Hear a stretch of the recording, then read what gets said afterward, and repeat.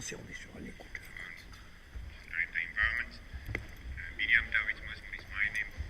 I serve as the chair of the Committee on the Rights of the Child, and we have a number of people here on the podium, including children, for this opening session. Just a couple of logistics-related issues. Today during lunchtime we have two side events. One under the same sky constellation, children's views, play, urban environment, and then another one on unsound management of chemical and pesticides. They both will run from 1:15 to 2:45. There is also an exhibition, Children's Rights in the Environment, at the entrance of this building. It represents paintings made by children from different parts of the world on children's rights in the environment, as well as more general environmental issues. And the exhibition will be officially launched this evening during a reception.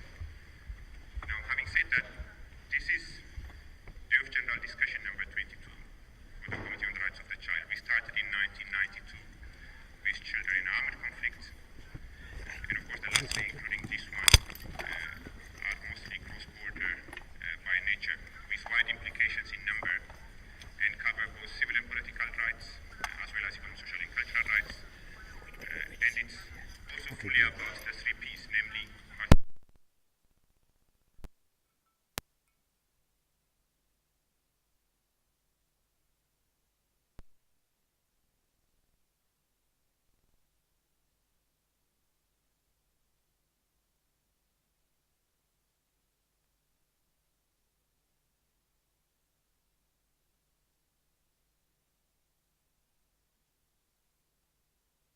to go no further than to check the debate 6 weeks ago in New York for the political outcome document on large movements of refugees and migrants, or the progress we've made on the issue of children in armed conflict after 1992, or even the global study on violence against children that also emanated from a DGD, and of course with other stakeholders managed to put the issue on the political agenda, including on the SDGs. Today's theme is very timely, relevant, and innovative. It's timely because we have seen major international policy frameworks on the environment being concluded recently. In fact, while reflecting on the timelines, the timeliness of the theme, I couldn't help ask myself constantly, if not us, then who? If not now, then when? It is relevant because millions of children suffer every day from environmental harm, yet it's also often an issue that is overlooked. In fact, there is no crisis that is a child rights neutral crisis. We can talk about Ebola, migration, the financial crisis, and so forth. And the environmental and climate change crisis that we face is no exception. And this mounting global crisis has the potential to undermine many of the gains we have made in child survival and development, and pose even greater dangers ahead. It is innovative because the Convention includes provisions which both explicitly and implicitly link children's rights and the environment. Today, we can build on major steps which have been taken in recent years to enhance understanding on the environment and human rights. Today should be seen as a starting point to strengthen this link and reflect on how to take it forward in the future. And of course, the conversation that we're having today is not only about children today and their rights, it's also about their children, their children's children, and so forth. Having said this, I would like to introduce to you our first speaker, Dr. Maria Neira, who's been WHO Director, Department of Public Health, Environmental and Social Determinants of Health for the past decade. Prior to that, she was Vice Minister of Health and President of the Spanish Food Safety Agency, and had previously held several senior positions in the WHO. Dr. Neira has been awarded the Media L'Ordre National du Mérite by the government of France, and I apologize for the pronunciation there. And Madam, you have the floor.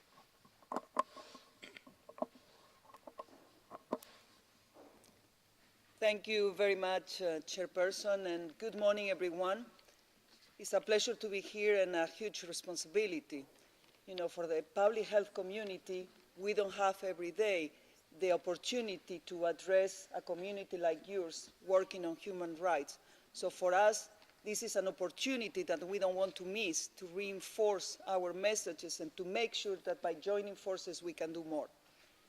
If we really want to promote a good cause like human rights for children, I suppose that we should start, like for all big causes, with big data, big evidence. What are we talking about? What are the arguments, the very powerful arguments that we can use, and then mobilize people and to see together how we mobilize this action and all the constituencies that we need to mobilize in order to change what is going on today. Human rights and the environment. Let me start then with some data. Recently, in March, we have presented a big report at the World Health Organization looking at how the environmental risk factors, the environment was impacting, affecting our health. And we come out with this report that tells us something terrible or positive, depending on how do you want to present it. It's telling us that almost 25% of the global burden of diseases, means 1/4 of every death every day, is related to exposure to environmental risk factors. That represents 12.6 million deaths every year. The good news is that those deaths could be avoided. If you modify the environment we are living in, if you reduce those environmental risk factors, we could reduce by 25% the global burden of diseases.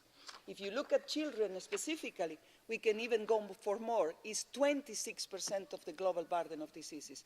I think this is a fantastic opportunity to use and to join forces to say the children have the right to live in a healthy environment. I'm sure you all will agree on that. The positive message about this report is that if we convince the right sectors to invest and if we convince the right sector to put the investments in the right direction, if we mobilize the society, we can reduce those environmental risk factors and therefore save 12.6 million deaths caused by environment every year. So the environment can be our worst enemy for the health of the people, or it can be a very good partner if we take the right decisions on how and which environment we want for our health to be protected or for our health to be at risk. Which ones are those environmental risk factors? The air we breathe. Obviously, we all should have the right, the human right to breathe air. I'm not saying that it should be pure like in Switzerland, in the mountains of Switzerland, but at least the clean, at least the air that will not be responsible for the 7 million deaths that we have every year because of air pollution. And children are the ones that are more affected. While mom is at home cooking or heating or lightening the household with polluted fuels and generating an incomplete combustion, the result of that incomplete combustion will go into your lungs, and the children are in the back of the mom, and there will be the most affected ones. They are breathing air that is killing them, is causing pneumonia, is causing acute respiratory infections, lower respiratory infections, long-term chronic respiratory infections as well, asthma, of course, and obviously is responsible for a lot of mortality. And if not, it will be responsible for diseases, for the fact that they cannot go to school because they are sick, and obviously a lot of expenditure as well by the health system. So wouldn't be a reason why we are not investing more and better on access to clean energy, energy that will not, sources of energy that will not create a polluting environment in-house at the household level where children are spending most of their time. We need to link our efforts to the SDG 7, which is about access to clean energy for all, and recognizing that if we want to measure whether those investments on access to clean energy are going into the right direction, we should monitor that investments by looking at the health of the children.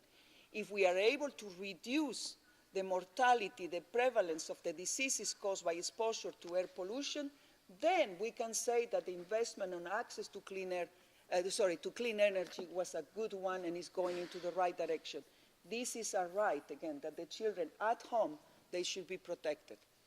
Another right that is not yet protected is the access to clean water and sanitation. We still have thousands of children dying every year because they don't have access to clean water or sanitation. Again, not only is causing a major mortality and disease prevalence, but it's causing as well that they are not going to school. And we have the girls, the little girls at home, collecting wood because they need to cook. Who is collecting wood and spending hours collecting wood or other type of fuels that can be used at home? Girls. Who is spending almost sometimes 3-4 hours a day collecting wood to cook? Girls, and therefore they are not going to school. This is all your agenda on human rights, and this is where we need to prove that we are all together and do more about that.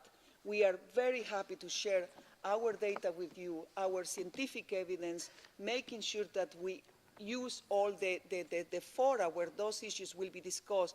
SDG 7 on access to clean energy, SDG 6 on access to sanitation and clean water, and making sure, please, that we use health as an indicator of good investments in those SDGs, because if we have health, means as well that the human rights are better protected. I'm using water and energy as two examples, but in fact, when you look at those places in Africa, for instance, where you have a lot of old computers or domestic equipment with electronics, and they create mountains of those discarded computers or electronic devices. And you have, again, a lot of women working, trying to extract some pieces of those computers that can be then sold and recycled. And at the back of those moms, there will be children receiving all the exposure to those chemicals that are affecting terribly their health. This issue of electronic waste is becoming a major public health issue and, of course, an issue of human rights, because you have very small children using their very small hands to extract those pieces of lead from car batteries and collecting that and making a couple of dollars a day through, by exposing themselves to major public health problems and diseases affecting their intellectual coefficient, for instance, or neurological disorders that will be associated to this exposure to certain chemicals. Only a few examples, there could be plenty. Obviously, the child labor that is absolutely unacceptable, and the fact that, again, because they are children and they don't have rights, they are exposed to chemical products that in other circumstances they will not be exposed to. And because time is up and my passion could go for forever, I will stop here, but just maybe with three very concrete recommendations.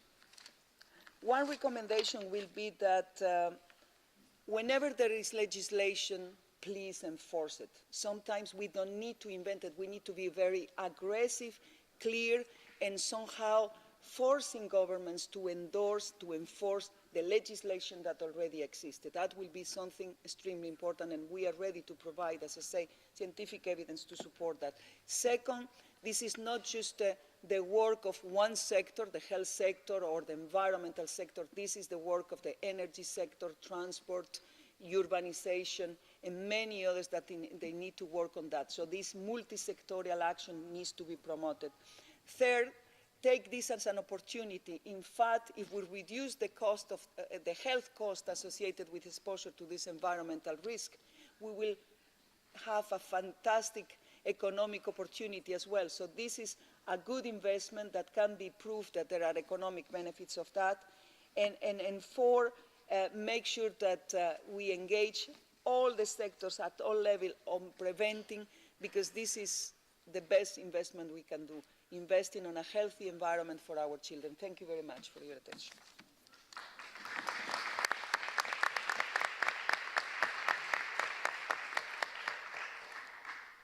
Thank you very much, Dr. Niera, for the input, but also for the evidence and also the 3 recommendations that are actually very critical.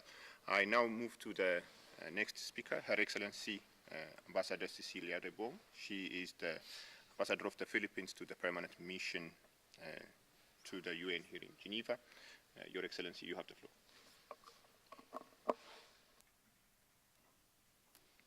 Thank you very much, Mr. Chair, and good morning, everybody.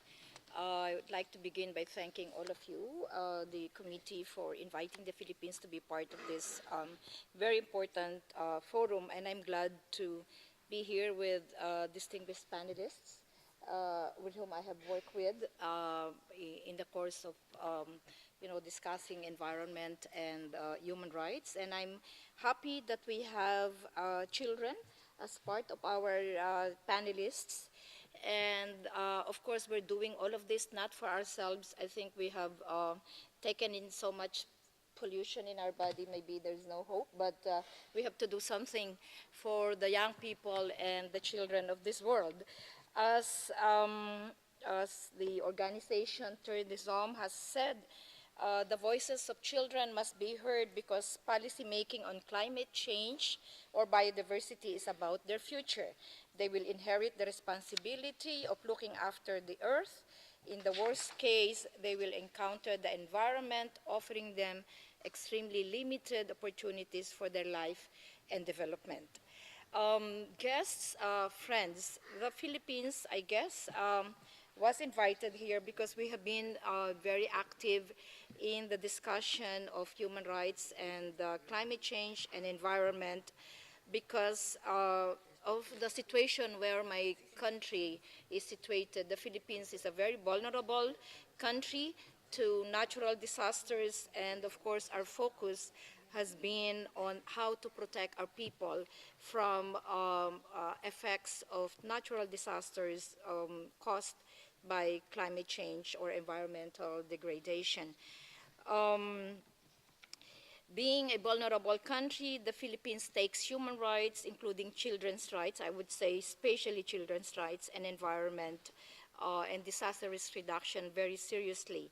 And this includes ensuring that vulnerable sectors of the population, women and children in particular, do not only receive the assistance that they need when disasters strike, but also very important is they are given important role in the design and formulation and implementation of climate change mitigation and adaptation policies and programs. The Philippines is, of course, proud to say that we are one of the very active countries who try to push putting in the major documents that we adopted last year, the situation of women and children. We did it for the Sendai Framework for Disaster Risk Reduction. We did it for the 2030 Sustainable Development Agenda, and of course, we work hard for the inclusion of human rights in the Paris Agreement also last year. Now, I know that you will agree with me if I say that situation is more difficult for developing countries and vulnerable countries like the Philippines. Climate change has adverse effects and leads to loss of livelihood, it threatens food security, and facilitate the spread of diseases, as our dear friend from WHO has said. All of this have direct negative impact on the quality of life, including, or I would say, especially for children. Now, vulnerable sectors such as women and children, or disabled and people, elder people, are particularly affected, not only because of their particular situation, but due to their inability to access support or their lack of resources, or both. Children, of course, and we know these are the most vulnerable groups to climate change-induced natural disasters. Now, I'd like to mention, I know we have limited time, but I just want to go to some of the actions that we did as Philippines in multilateral forum. In the discussions in the UNFCCC, we pushed very hard and we're still working on it to include in the document limiting global warming to 1.5 degrees above pre-industrial level, because we know this is the only way where next generations could be safe. Last year, we were chairman of the Climate Vulnerable Forum, and for 18 months, this is a grouping of countries most vulnerable to natural disasters caused by climate change, be it floods, typhoons, desertification, and all those natural disasters. So what we did is to bring the discussions of the effects of climate change and environmental degradation to the enjoyment of human rights. So we read it in the Human Rights Council. It was difficult from the beginning because the human rights experts told us that why are we, Philippines, Bangladesh, and the others, bringing the discussion of climate change or environment in the Human Rights Council, which should not be the case.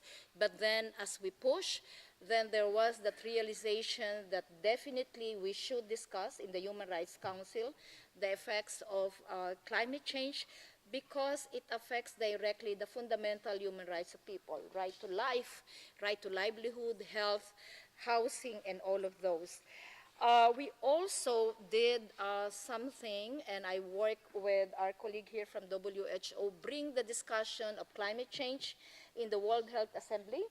And we are still working with WHO, pushing on the discussion of this particular subject. We also brought the discussion of climate change as chair of the CBF to the IOM, because we realized that climate change affects the mobility of people, and people migrate because of the natural disasters that they experience in their own country. And then when they move, then, you know, all these attendant problems happen. Then we also realized that climate change and environment affects livelihood of people. So we brought the discussions to the International Labor Organizations, where we have several events and documents. We requested documents be printed, studies on how climate change affects people who are working in the farms, in the construction, and especially, of course, children. Always focus on the effects of this in children. So those are the things that we did as a vulnerable country and as chair of the Climate Vulnerable Forum. And we hope and we understand in one of the meetings which the Climate Vulnerable Forum held in Manila, the climate vulnerable countries asked us to include effects on children, education of children, of the environment, effects also on the tourism, and effects on water, as you have said. So we are hoping to bring all these discussions not only in Geneva and in New York, but in Rome, in UNESCO, and in other cities where all this, in the multilateral fora, these things are being discussed. Now, if I still have a few minutes, I just would like to inform you what we are trying to do in the Philippines. It's not perfect, but we try to do what is best for the people. And all these discussions, sometimes people get frustrated because we discuss it at the multilateral fora, but nothing happens. But I want to tell you, after Haiyan, you know, where thousands of children and women in the Philippines were affected, we adopted a law which the main purpose, it's called Children's Emergency Relief and Protection Act of 2016. And this resulted in the various discussions after Typhoon Haiyan. Now this law, the focus is how to protect the children in case of emergencies. And of course, mothers, lactating mothers, their special needs should be taken into consideration. And we continue to look up to other countries' best practices and to the discussions so that we could also adopt all those issues. So I would request all of you to help in this crusade. I would say it's a very important crusade for the future of our children. Thank you very much again, Mr. Chair, for inviting us.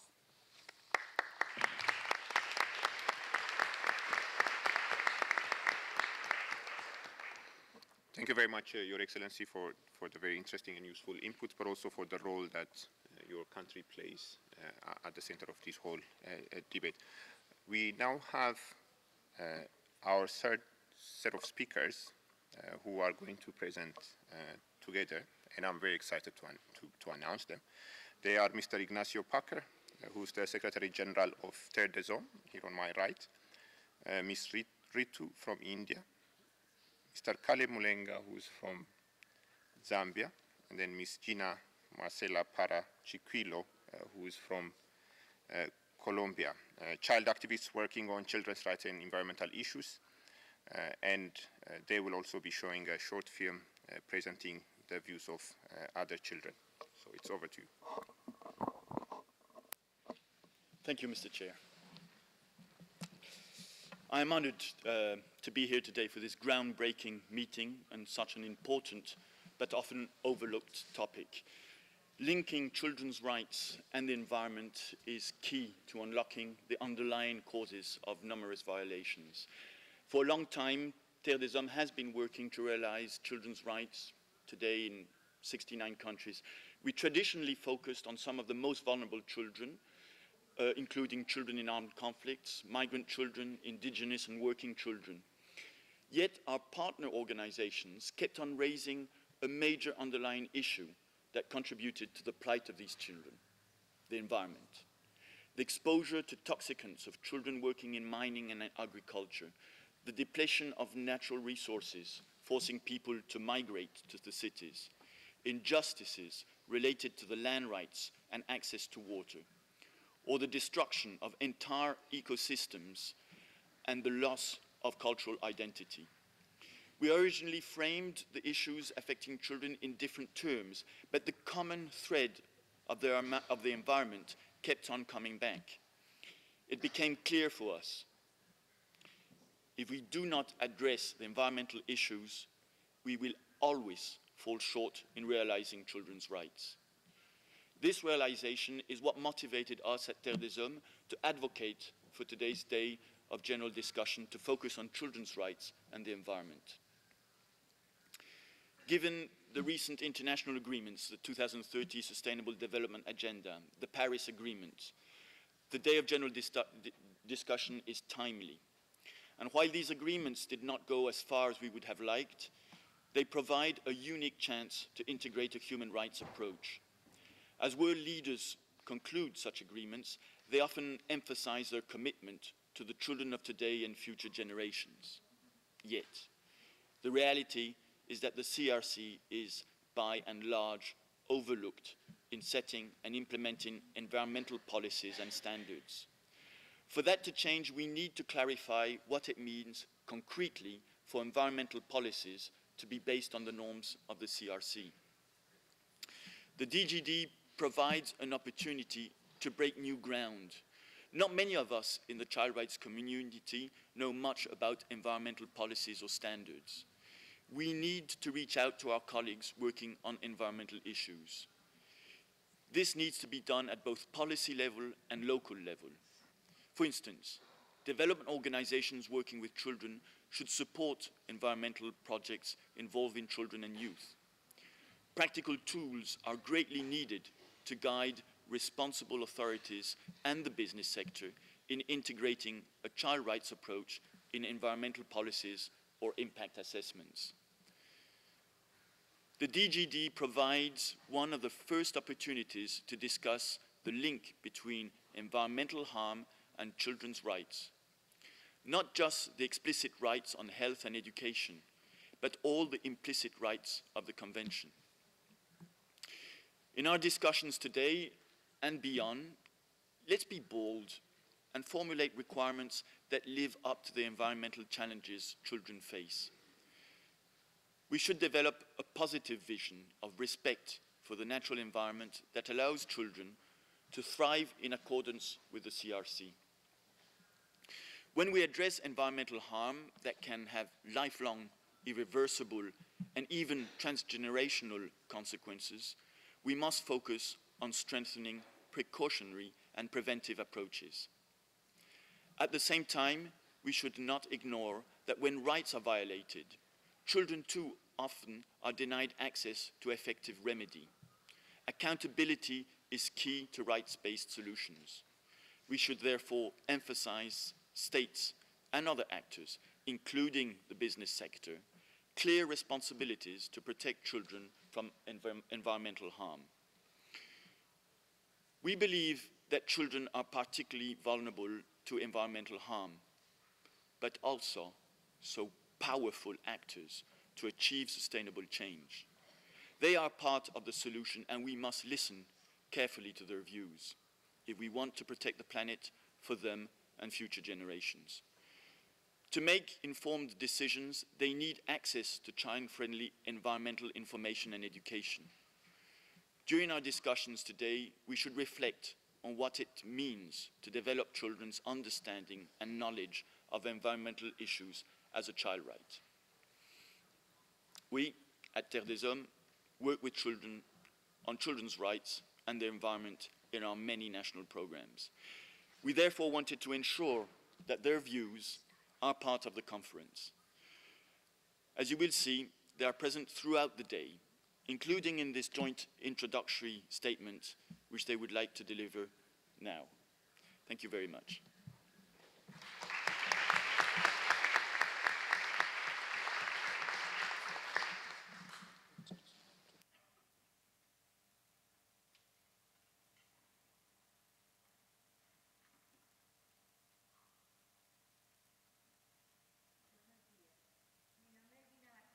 Microphone for the speaker.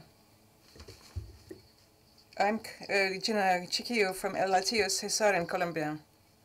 My community is surrounded by 5 open-cast coal mines, palm plantations and 2 oil factories, just a few meters from our village. That means that our air and water are very polluted. Our river has been diverted and polluted, our land and our food have been ruined, and illness has been brought to everything living in our village. This situation has led to resettlement, which has been very slow and difficult because the enterprises do not wish to respect our rights. I'm very happy to be in Geneva because here the air is clean and the water is healthy. I can breathe easily here and I can drink tap water. In my community, the water is contaminated. Many times we have to go thirsty. Our air is black because of the coal dust and we're short of food. I come here to represent children from my community so that you hear our voice and so that we are taken into account as rights holders in a world where there are more children every day. Thank you.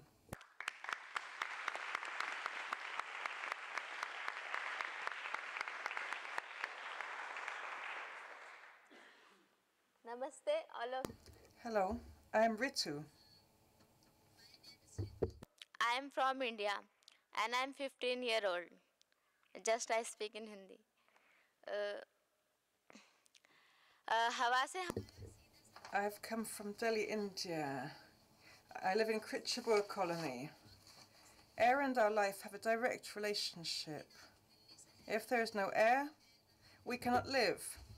If the air is clean, then we can have good health. And if the air is bad, we have bad health. Today the city of Delhi is expanding every day, but our space to breathe is contracting.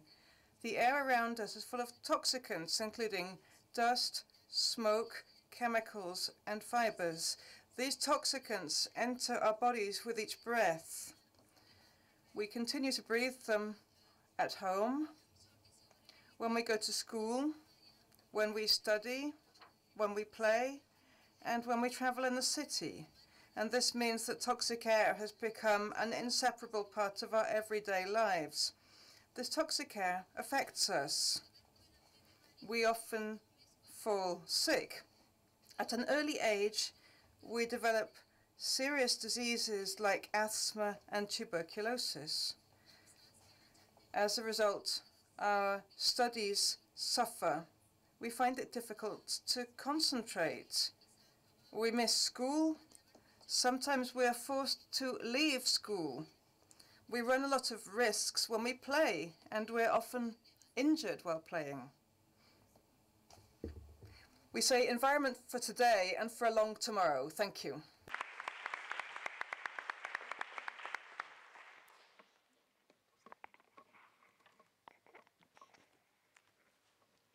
Good morning, ladies and gentlemen, and children here present. My name is Caleb Menga. I'm 15 years old, and I come from an old mining town called Kabwe in the central part of Zambia. I'm a member of an ecological club at my school called Mine Secondary School. I moved to live in Kabwe from another mining town called Chingora when I was 5 years. All my short life of 15 years have been spent in living in mining environment. My home and my school are all part of the mine environment. I sleep, I go to school, and I play within the mine surrounding. Kabwe is said to be one of the most polluted towns in the world.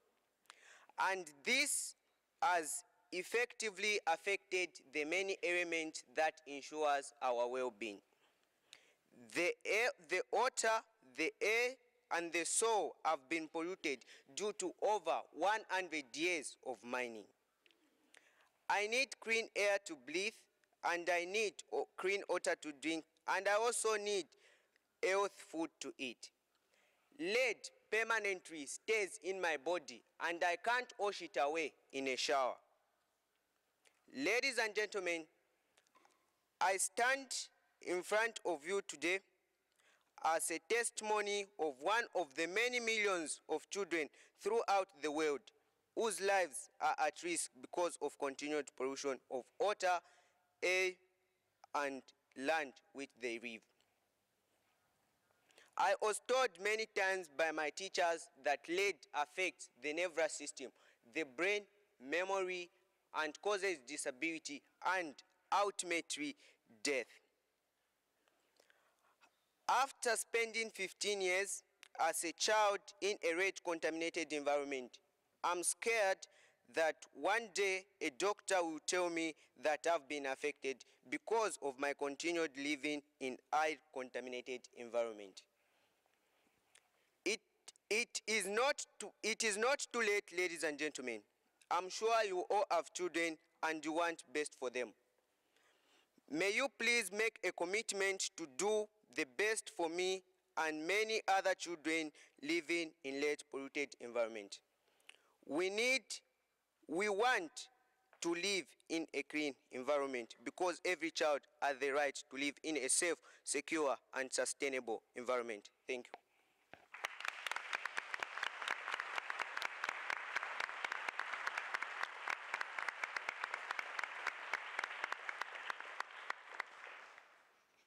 Ladies and gentlemen, we would now like to show you a video which was produced by the International Youth Network of Terrorist Homes, Germany. Thank you.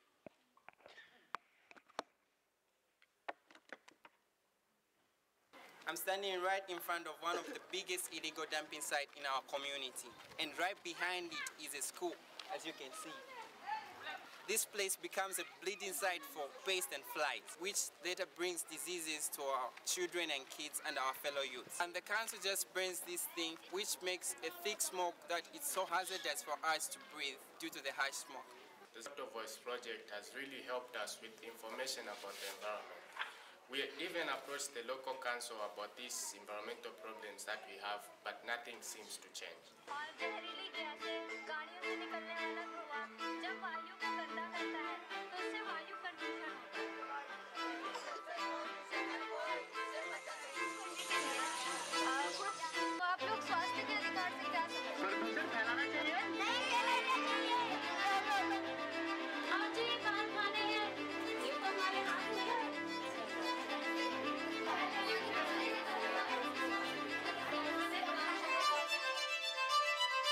चाहते कि इसका काम बंद हो जाए, लेकिन लोग ये चाहते हैं कि हर चीज को एक नया वो मिले, इसकी जगह कहीं और हो, वो भी इससे अफेक्ट ना हो और हम भी इससे अफेक्ट ना हो. Youth Assembly happened because of the youth in Mekong regions who like to work together and focus on the human rights issue, environmental issue, and child rights issue. We can see that a lot of along Mekong River now we have a lot of the development project, but that development project get impact to the community, get impact to the youth, get impact to the children. We have to some space to build our space and to speak out about our concern, about our opinion. What do we want to see the Mekong River? Young people can do everything with their potential, with their creativity. They can do everything. They can conduct even a research. Just only a chance that need to give to them, just only the trust and support. El agua y la tierra no son mercancía, son de todos y un derecho. No se vende y se defiende. Cuidemos el agua sin botar basura. Amo animales como si fueran mis propios hermanos. La tierra no nos pertenece, nosotros pertenecemos a la madre tierra. Los problemas que más afectan a nuestro país están la contaminación de recursos hídricos, explotación de minerales, la pérdida de semillas y alimentos ancestrales sustituidos por transgénicos y semillas mejoradas. Y nosotros cuidamos nuestra madre tierra. Limpiando, cuido el agua, cuido a mi tierra. Reciclando, cuido mi tierra.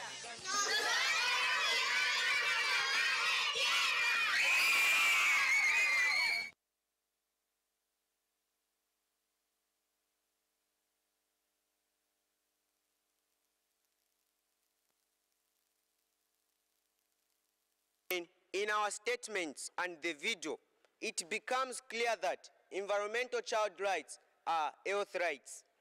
Without a clean and healthy environment, we can't play, we can't live, and we cannot reign. If we neglect our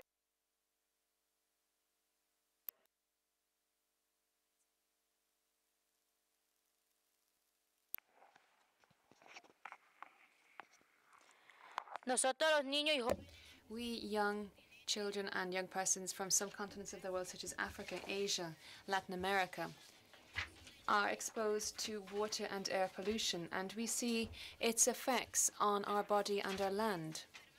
That is why we fall sick and we die. Boys, girls, young persons, women, men, and lands from a devastated world. My brothers, sisters, my friends, and I were born in a place which in the past was healthy and full of life. However, adults have destroyed it. And this is what they have left for us.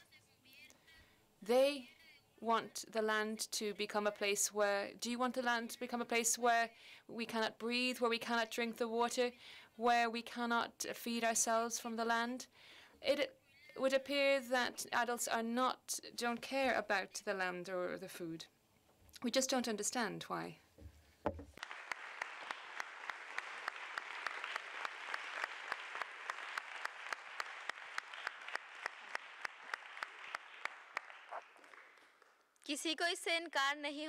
Nobody questions children's right to education, to be protected from violence and exploitation, to health and nutrition, because these are important parts of our lives.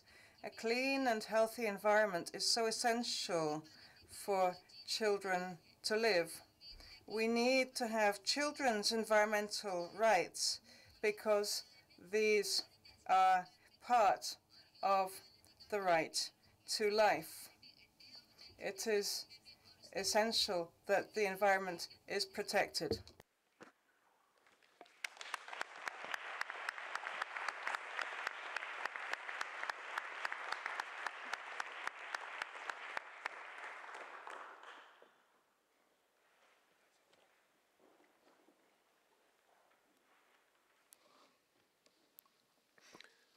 Thank you very much. What more can I say after the children? It's very difficult. Just to allude to the fact that it's a clear indication that child participation plays a very significant role. These are definitely not children that are just counting their days. These are children that are actually making their days count. And it's not only these children that are here with us today, but all those throughout the world that are affected, that are working day in and day out to actually bring attention to this issue. So if you're touched as much as I am, I want to ask all of us to stand and ask the children to sit down, and we just clap for few seconds to them, and in honor of the work that they do.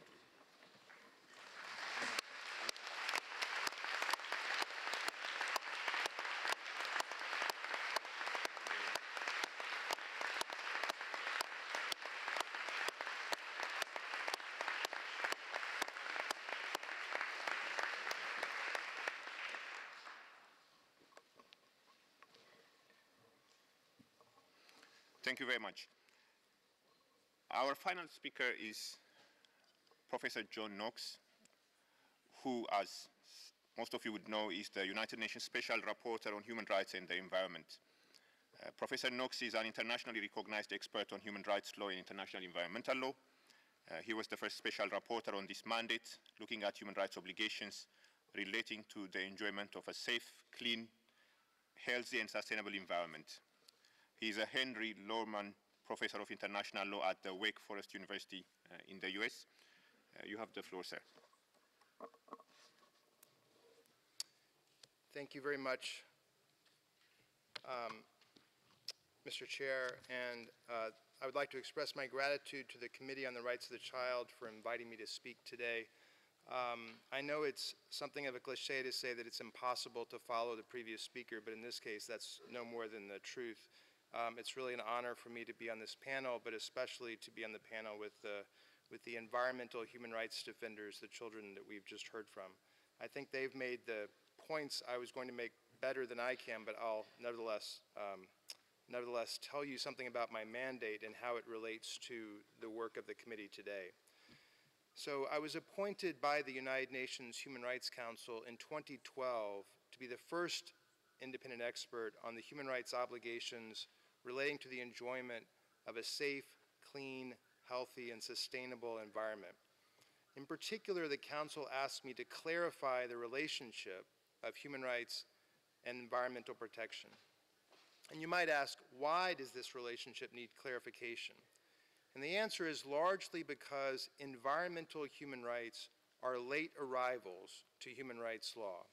The Universal Declaration of Human Rights of 1948 does not mention the environment, nor at the time did national constitutions to which the drafters of the Universal Declaration looked for inspiration.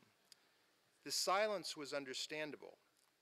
Human beings have always known of our dependence on the environment, but we were only beginning to realize the damage our activities can do to the environment and, as a result, to ourselves. Efforts to mitigate environmental harm were then in their infancy. That has changed. As the environmental movement has grown, there have begun to be increasing calls for human rights law to recognize the importance of environmental protection. Some of these calls took the form of the adoption of an explicit new right to a healthy environment. In 1976, Portugal became the first country to adopt a constitutional right to a healthy environment, but since then, more than 100 other countries have adopted similar rights in their national constitutions. I have to say, though, that despite repeated efforts, no global human rights agreement sets out an explicit right to a healthy environment. Instead, the United Nations human rights bodies, including the Human Rights Council and the treaty bodies, have concentrated on what I've called greening existing human rights. That is, they have applied existing rights, widely recognized rights, including rights to life, health, food, water, and housing, to environmental issues. Regional human rights bodies have done the same. And as a result, these human rights bodies have created an extensive environmental human rights jurisprudence. But by the time my mandate was created, while this jurisprudence was extensive, it was also disparate. It had developed in many different forms, and it was not obvious whether that jurisprudence was coherent enough to have given rise to a set of human rights norms relating to the environment. Therefore, my first task was to study this developing field of law. And to that end, I held consultations in every region of the world. I heard from hundreds of people working to bring human rights norms to bear on environmental issues. And with the help of much pro bono assistance, I researched what human rights tribunals and other bodies had said about the relationship of human rights and the environment. In 2014, I published 14 reports mapping what human rights bodies had said about how human rights law applies to the environment. Each report was devoted to a particular human rights body or set of bodies. And of most relevance here, one of the reports address the Convention on the Rights of the Child and the interpretations of the Convention by the committee. If I had to sum up all of these reports in one sentence, I would say we must have a healthy environment in order to be able to enjoy human rights, and we must be able to exercise our human rights in order to have a healthy environment. My mapping report to the Human Rights Council was a little bit longer than one sentence, however, and so let me elaborate a bit on that. It described four main conclusions that human rights bodies have reached. First, they have made clear that environmental harm can and does interfere with the full enjoyment of a vast range of human rights. This may seem obvious to the people in this room. Nevertheless, even 15 years ago, many governments were reluctant to accept the conclusion that naturally follows from the ways that environmental harm can affect human beings, that is, that environmental harm can interfere with the enjoyment of human rights. That, I am happy to say, has changed. Not only human rights bodies, but also governments have universally accepted this basic idea that environmental harm threatens and often violates many human rights. In addition, human rights bodies have emphasized that human rights law requires states to take steps to protect people from such environmental harm. And they have reached remarkably congruent conclusions about what this obligation requires. Specifically, they have identified three categories of obligations: procedural obligations, substantive obligations, and the heightened obligations owed to those who are especially vulnerable to environmental harm. Procedural obligations include obligations to assess environmental impacts and make environmental information public, to facilitate public participation in environmental decision-making, including by protecting the rights of expression and association, and to provide access to effective remedies for environmental harm. States also have substantive obligations to protect against environmental harm that interferes with the enjoyment of human rights. They have an obligation to adopt a legal framework that effectively protects against such environmental harm, and this obligation includes a duty to protect against such harm when it is caused by corporations and other non-state actors, as well as by state agencies. Finally, states must take into account the situation of groups particularly vulnerable to environmental harm. States must, of course, not discriminate against groups on prohibited grounds in the application of their environmental laws, but they must also take additional steps to protect certain groups. These obligations are developed in most detail with respect to indigenous peoples. Because of their close relationship to the environment, indigenous peoples are obviously particularly vulnerable to impairment of their rights through environmental harm. But it seems likely that in terms of sheer numbers, no group is more vulnerable to environmental harm as a whole than children. Terezam, for example, has recently pointed out that every year more than 3 million children die from environmental disasters. As we've heard this morning, children are particularly susceptible to persistent and long-term environmental degradation such as air pollution and water pollution. Because their immune systems are still developing, they suffer easily from skin, respiratory, and intestinal diseases, among many others. The Convention on the Rights of the Child recognizes the importance of the environment. Its parties agree that education of the child shall be directed, among other things, to the development of respect for the natural environment.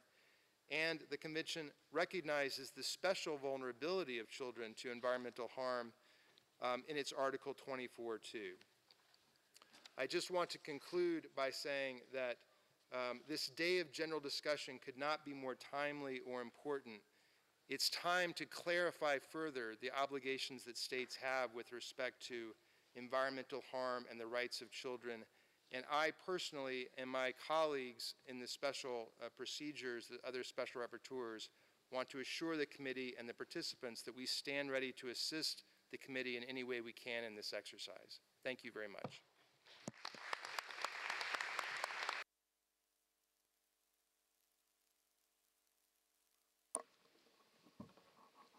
Thank you very much, Professor Knox. for that input, but also for setting the tone and the context within which the forthcoming conversations in the coming hours will take place. And that is what also has been done by the excellent speakers that we've had here on the podium. As a committee, we feel vindicated already that this was actually the right team and that the timing was actually great. And I am also very excited about the turnout here in this room. It also means that we have, the more number that we have, it means that we have more commitment, but also more people who can add to the process that we want to take forward. The agenda is ambitious, but the story of children's rights has often been ambitious. It's one brick at a time. And it's only if we start to move on this direction right now in a more concrete and systematic way that we actually start to see the positive effects in the foreseeable future. And I'm even more motivated for the rest of the day. This brings us to the closure of the opening. And again, I want to thank those who've been able to join us this morning. Just in terms of logistics, Group 1, I understand, stays here. Group 2 has to go to room 12, which is after the bridge, and you turn right. We are ending a few minutes late than scheduled, but we're okay. But unless otherwise, we move immediately to the working groups. We will even be pressed for time further in the course of the day. So I encourage everybody to quickly move to the working groups, and thank you very much again. Thank you very much.